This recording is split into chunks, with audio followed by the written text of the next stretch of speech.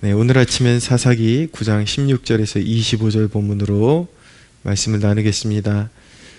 이제 사사 기드온이 죽고 난 후에 세겜 사람들의 죄악, 기드온의 가문을 향한 세겜 사람들의 죄악을 다루시는 내용입니다. 기드온의 아들 중 하나, 기드온에게 여종들이 있었겠죠. 그 중에 한 여종의 아들 아비멜렉은 자신의 외가인 세겜 사람들을 선동해서 이제 배다른 형제들 70명을 다 죽이고 왕이 되었습니다. 자기의 그런 외가 쪽의 사람들, 세겜 사람들과 이제 공모를 해서 자신의 형제들 70명을 다 죽이고 이제 스스로 왕이 된 것이죠. 하나님이 주신 권위에 의해서도 아니고 그런 이제 아주 악한 계획을 세워서, 계략을 세워서 스스로를 높이고 이제 왕이 된 것입니다. 세겜 사람들은 이 아비멜렉의 불의함을 알면서도 이 아비멜렉이 자신들의 가까운 혈족이라는 이유로 죄악에 함께 가담했던 것입니다. 그래서 아비멜렉이 자신의 형제 70명을 죽이는데 가담해서 함께 그 피 흘리는 죄에 이제 가담을 하게 된 것입니다. 그래서 하나님께서 그들의 행실, 그들의 행위, 그들의 계획이 너무나도 악한 것을 아시고 하나님께서 악한 영을 보내셔서 아비멜렉과 세겜 사람들 사이에 이간과 그런 어떤 배신이 일어나게 만드셨던 것입니다. 그래서 그들이 이제 파멸의 길로 갈 수 있도록 그렇게 이제 허락하신 것이죠. 심판을 행하신 것입니다. 이 대목을 통해서 배우는 메시지가 있습니다. 그것이 무엇이냐면 사람에게 받은 은혜라 할지라도 은혜를 저버리면 반드시 심판을 받게 된다는 사실을 배우게 되는 것입니다. 세겜 사람들은 기드온의 아들들을 선대했어야만 합니다. 아비멜렉이 자신의 그런 가까운 핏줄이라 그래서 아비멜렉을 내세우지 말고 이제 영적인 자격을 갖춘 자를 지도자로 세워야만 했던 것이죠. 그런데 아비멜렉의 외가 사람들이잖아요. 외가 쪽의 사람들, 세겜 사람들이 그렇게 자신들하고 가까운 혈족이라고 해서 이미 그 아비멜렉이라는 사람 안에 그런 어떤 영적인 비류, 그런 아주 질이 안 좋은 사람이라는 것이 드러났음에도 불구하고 아비멜렉을 편들어주고 자신들의 고향 사람의 아들이라는 이유로, 그러니까 이제 자신들의 그런 혈족 고향 사람이라는 이유로 자격도 안 되고 영적인 그런 소양도 갖추지 못한 아비멜렉을 이제 내세워서 자신들의 지도자로 삼았던 것, 그것이 이제 하나님 앞에 이제 악이 된 것이죠. 은혜를 저버린 것, 기드온의 가문을 향한 은혜를 저버린 것. 이전에 기드온이 생명을 걸고 미디안 사람들과 싸워서 이제 이스라엘을 지켜냈는데 그것을 이제 욕되게 하고 선을 악으로 갚고 은혜를 악으로 갚은 격이 돼버린 것입니다. 그래서 결국 그들이 원하는 것을 일시적으로 얻었어요. 자기의 그런 피부치라 그래서 아비멜렉을 왕으로 삼고 기드온의 다른 아들들을 다 70명이나 몰살시키고 죽였는데, 그래서 이제 권력을 빼앗고 이제 권력을 손에 쥐게 되었죠. 우리 고향 사람이 이제 나라의 지도자가 되었다 그러면서 그렇게 좋아했죠. 그러나 그것이 얼마 가지를 못했습니다. 그들은 원하는 것을 얻었고 일시 동안 뿌듯했을지는 모르겠지만 하나님은 전능자이시기 때문에, 전지하시기 때문에 그들의 행실과 그리고 숨은 동기를 낱낱이 지켜보고 계셨습니다. 그러니까 하나님 앞에 사람의 숨은 동기가 드러난다는 것을 한순간도 잊어서는 안 되는 것입니다. 하나님 앞에 드러나지 않을 것이 없다라는 것, 그래서 꼭 기억해야 되는 것이죠. 그래서 비록 사람에게라 할지라도 그 은혜를 받고 저버리면 반드시 하나님께서 심판을 하신다라는 것을 마음에 기억하고 항상 이렇게 받은 선의 그리고 은혜 이런 것들을 이렇게 선한 열매로 이렇게 갚으려고 해야지, 그것을 악하게 갚으면 반드시 거기에 상응하는 심판이 온다라는 것을 기억해야만 하는 것입니다. 특히나 사람에게 그럴진데 하나님의 은혜를 받아서 회개의 열매를 맺지 못하고 교회에서 파당이나 짓고 그리고 이간하는 그런 죄를 범하게 되면 반드시 심판을 받게 되는 것입니다. 팔을 나누고 어떤 객관적인 사실에 대한 그런 어떤 평가에 의해서가 아니라 하나님의 의로움을 추구하는 그런 모습이 아니라 파당을 짓고 나는 무조건 이 사람들 편이야 라는 그런 모습으로 이제 신앙생활을 하게 되면은 반드시 심판을 받게 되는 것입니다. 그러니까 하나님께서 우리에게 주신 은혜를 정말 우리가 그 은혜에 대한 아름다운 보답으로 하나님 앞에 올려드려야지, 하나님 앞에 은혜 받고 회개에 합당한 열매를 맺지 못하면 반드시 심판을 받게 되는 것입니다. 근데 하나님의 심판은 정하신 때에 반드시 임한다라는 것을 꼭 기억해야 합니다. 22절에 보니까 아비멜렉이 이스라엘을 다스린 지 3년에 이제 심판의 징후들이 나타나게 됩니다. 하나님이 아비멜렉과 세겜 사람들 사이에 악한 영을 보내심에 세겜 사람들이 아비멜렉을 배반하였다라고 말씀하고 있습니다. 말씀드렸듯이 세겜 사람들은 아비멜렉의 친족들이죠. 그 어머니의 형제들, 어머니의 고향 사람들.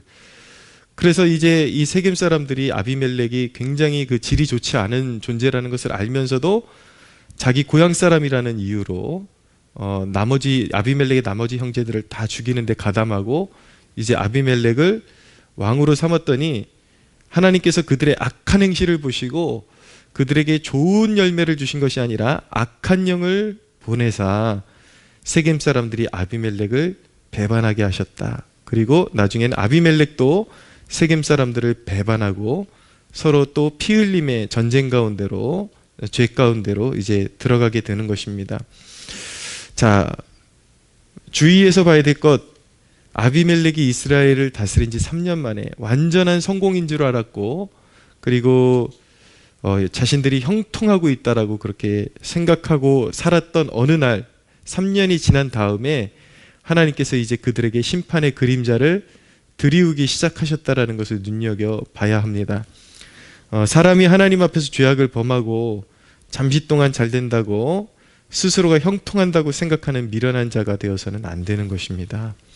그래서 우리 삶 가운데 여러 루트로 환란이 올 수 있는데 때로는 의로운 그런 환란도 있습니다. 욥처럼 하나님을 잘 섬기는 와중에 하나님께서 그 믿음을 테스트하시기 위해서 주시는 환란도 있죠.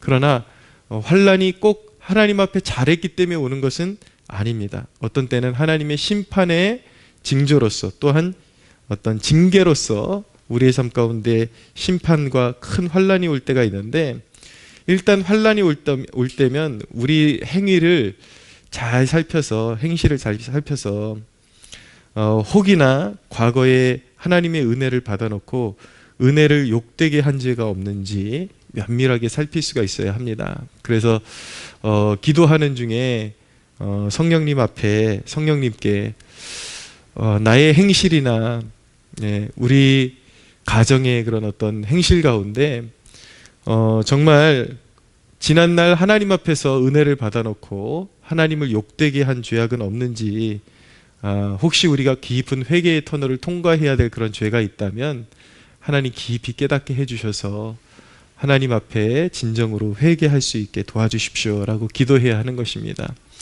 그렇게 기도하는 중에 하나님께서 어떤 행실을 깨닫게 해주시고 깊은 죄악을 깨닫게 해주신다면 그 죄악을 놓고 하나님께서 깊이 통회하고 회개하는 자의 죄들을 정말 하나님께서 긍휼히 여기사 사해 주신다라는 그 믿음을 가지고 과거에 지었던 죄악들이 떠오르면 깊이 회개를 해야 하는 것입니다. 그래서 그 죄의 씻음을 받고 영적으로 자유함을 누릴 수가 있어야 되는 것이죠. 그 죄책감과 어둠 가운데 계속 눌려 살아서는 안 되고 내가 정말 그 죄를 깨닫고 하나님 앞에 깊이 회개하고 정말 진실로 내가 잘못했구나, 우리가 잘못했구나 라는 것을 깨닫게 되면은 그것을 그대로 아뢰드리고 진정한 회개를 하나님께서 받으신다라는 것, 내가 깊은 회개의 터널을 통과하게 되면은 지금 당장 심판의 어떤 일환으로서, 어떤 징계성으로서 하나님께서 나나 아니면 어떤 공동체, 가정에 하나님께서 이렇게 징계를 들이우셨을 때에 일단 깊은 회개를 하고 났으면은 하나님께서 용서하시고 반드시 시간이 지나면서 점점 회복시키신다라는 것 또한 믿어야 하는 것입니다. 그런데 이제 이 세겜 사람들, 아비멜렉 같은 사람들은 회개를 이루지를 못했어요. 그래서 결국 하나님의 큰 심판에 떨어지고 만 것입니다.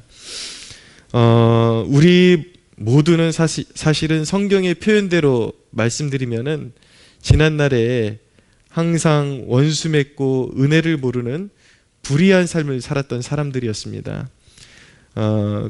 그런데 이제 하나님의 은혜로 예수 그리스도의 십자가의 그늘 아래 모여서 예수님의 보혈로 씻김을 받은 자가 되었기 때문에 우리는 이제는 어떻게 살아야 되는가, 어떻게 살려고 노력해야 되는가, 우리 주님 대신 예수님의 진실하심과 같이 그 진실함의 열매를 맺어야 하는 것입니다. 그래서 사람에게 받은 은혜도 보답하려고 하고, 그리고 하나님께 받은 은혜, 특별히 하나님께 받은 은혜와 사람에게 받는 은혜가 다 연결되어 있죠. 사실은 하나님께서 누구를 통해서 우리에게 축복을 허락하시고 은혜를 입혀주시는가, 직접적으로 은혜를 입혀주실 때도 있지만 대부분 주위에 있는 사람들을 통해서 우리에게 은혜를 입혀주시는데, 은혜를 은혜로 갚지 못하고 은혜를 받고 진실하게 행동하지 못하고 은혜를 받고 가증하게 그렇게 선을 악으로 갚는 그런 행실을 보이면 그것은, 그 사람의 믿음은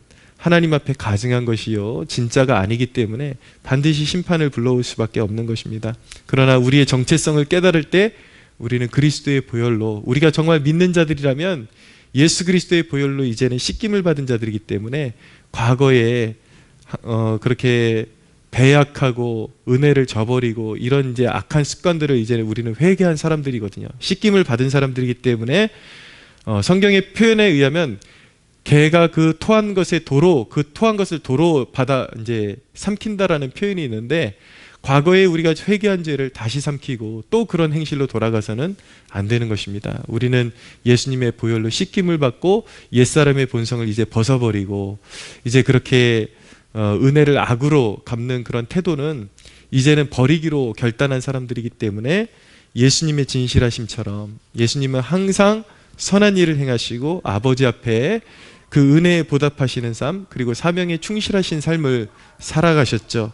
그리고 십자가를 지시고 죄인들을 위해서 자신의 모든 삶을 그렇게 헌신하신 분이 예수 그리스도이신데, 우리의 삶의 모든 내용 하나하나가 그렇게 그리스도의 진실하심과 같이 진실할 수 있도록 그렇게 항상 예수 그리스도의 삶, 예수 그리스도께서 행하신 일들을 잘 묵상하면서 그리스도의 진실하심을 닮아갈 수 있도록 그렇게 노력하고, 항상 우리의 행실을 살펴서 진실한 회개를 이룰 수 있도록, 혹여라도 우리가 정당하다고 생각하고 행동했던 것들이 죄가 될 수도 있기 때문에, 그래서 날마다 자신의 삶을 숙고하는 그런 태도가 필요한 것입니다.